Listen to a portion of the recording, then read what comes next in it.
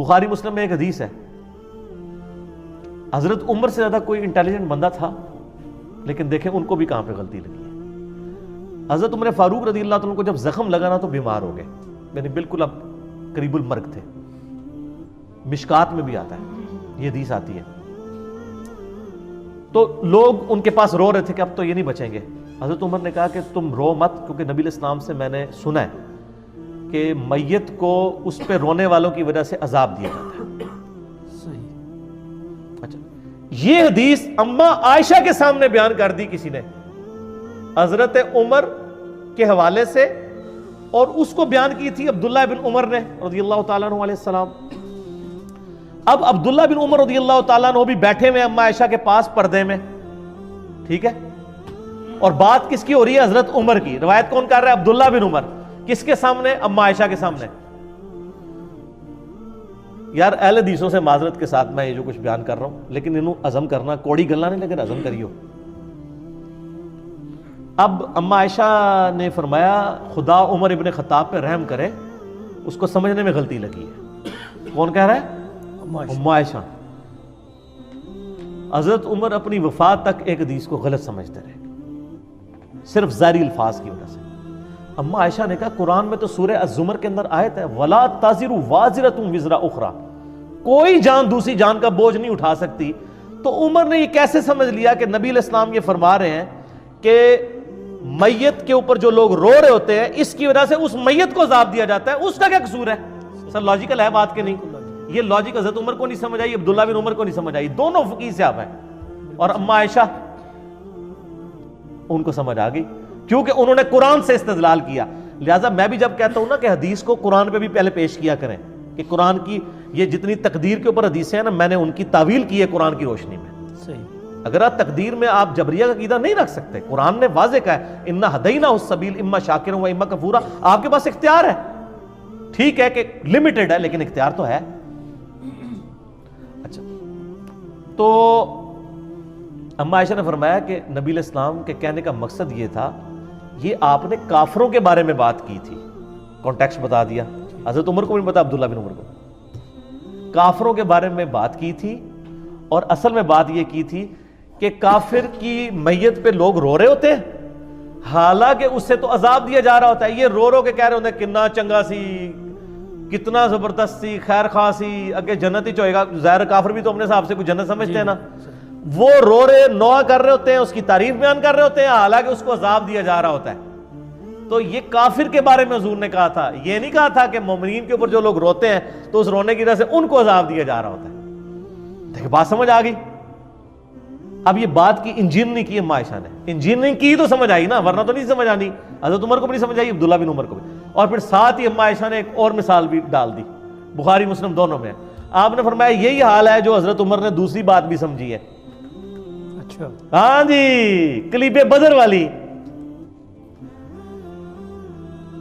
کلیب بدر والا، جو بدر کے کنویں میں کافر ڈالے گئے تھے، نبی علیہ السلام نے ان سے خطاب کیا کہ بھئی تم نے جان لیا کہ نبی علیہ السلام تم سے، یعنی محمد رسول اللہ سچ کہتے تھے، یعنی اب تم عذاب میں پہنچ گئے ہو نا تو ہمیں۔ تو حضرت عمر نے وہاں پوچھا یا رسول اللہ علیہ وسلم یہ تو مردہ ہے، کیا مردے سنتے ہیں؟ تو آپ نے فرمایا تم سے بہتر سنتے ہیں۔ اچھا، اب حضرت عائشہ نے کہا کہ یہ عمر کو بات سمجھ نہیں آئی۔ عبداللہ بن عمر نے ہی یہ بھی روایت کی، عبداللہ بن عمر ابو عبد الرحمن پر اللہ تعالیٰ رحم فرمائے، ان کو یہ بات ہی نہیں سمجھ آئی۔ نبی علیہ السلام نے یہ نہیں کہا تھا، ان کا یہ کیسے ہو سکتا ہے جبکہ قرآن پاک میں آیا ہے کہ اے نبی علیہ السلام تم مردوں کو نہیں سنا سکتے، تو یہ کیسے ہو سکتا ہے کہ وہ سن رہے ہوں؟ اصل میں نبی علیہ السلام یہ کہہ رہے تھے کہ اے عمر اب یہ تم سے بہتر جان چکے ہوں گے، کیونکہ وہ اب آخرت میں جا چکے ہیں، تم تو اس دنیا میں ہو نا، دنیا میں بیٹھ کے تو آپ جج نہیں کر سکتے نا عذاب کو اور جنت کو۔ انہوں نے عذاب چکھ لیا ہے، اب یہ سمجھ چکے ہوں گے کہ دنیا میں جو محمد صلی اللہ علیہ وآلہ وسلم ان سے کہا کرتے تھے وہ بالکل ٹھیک کہا کرتے تھے۔ تو حضرت عائشہ نے کہاں کی تعویل کی؟ ان کا یہ یسمعون کا مطلب یہ ہے یعلمون، وہ جان چکے ہیں، یہ نہیں ہے کہ وہ فزیکلی سن رہے ہیں۔ عائشہ بھابی نہیں سن،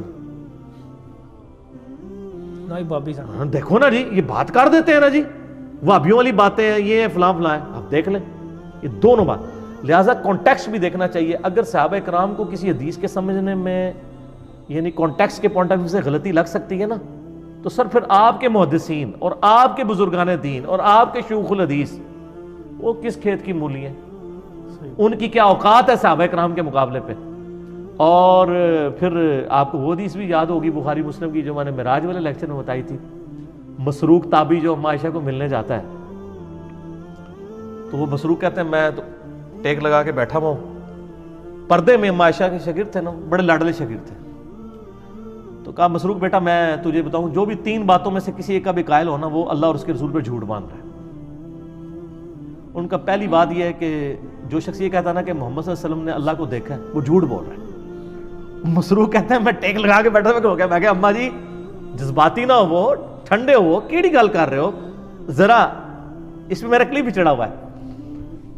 انہوں نے کہا بالکل میں اس امت میں پہلی ہوں جس نے میں نے نبی علیہ السلام سے پوچھا تھا یہ قرآن میں جو ذکر آیا تو نبی علیہ السلام بتایا میں نے جبرائیل کو دیکھا.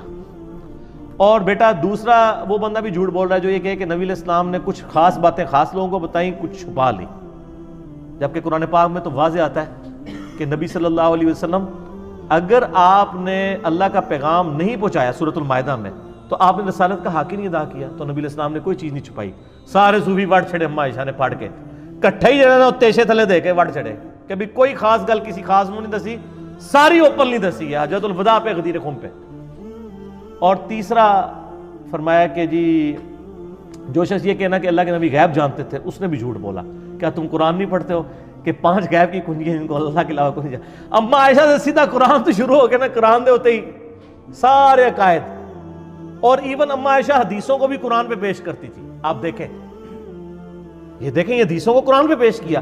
حدیثیں بیان کرنے والے حضرت عمر ہیں, عبداللہ بن عمر ہیں, ان کی حدیثوں کو امام یعنی بخاری اور امام مسلم دونوں نے نقل کیا کہ اما عائشہ نے دونوں کی حدیثوں کو اس فہم کو ریجیکٹ کر دیا جو حضرت عمر اور عبداللہ بن عمر نے لیا ہوا تھا. حالانکہ ظاہری الفاظ وہی فہم تھا جو حضرت عبداللہ بن عمر اور حضرت عمر فاروق لے رہے تھے, لیکن اما عائشہ نے قرآن کے ساتھ اس کی تعویل کی. اس کا مطلب ہے اہل حدیث علماء سے میں ریکویسٹ کروں گا, برا نہیں ماننا, احادیث کو قرآن پر پیش کرنا یہ میری ماں اما عائشہ رضی اللہ تعالیٰ عنہ و سلام اللہ علیہا کی سنت ہے. اس کے بغیر سمجھ نہیں آ سکتا. ہمیں کوئی صحیح حدیث بھی مجبور نہیں کرتی کہ ہم قرآن کے خلاف کوئی عقیدہ رکھیں. جعلی روایتیں تو صوفیاء کی چھوڑ دیں, قرآن کی تعویل نہیں کریں گے, حدیثوں کی تعویل کریں گے.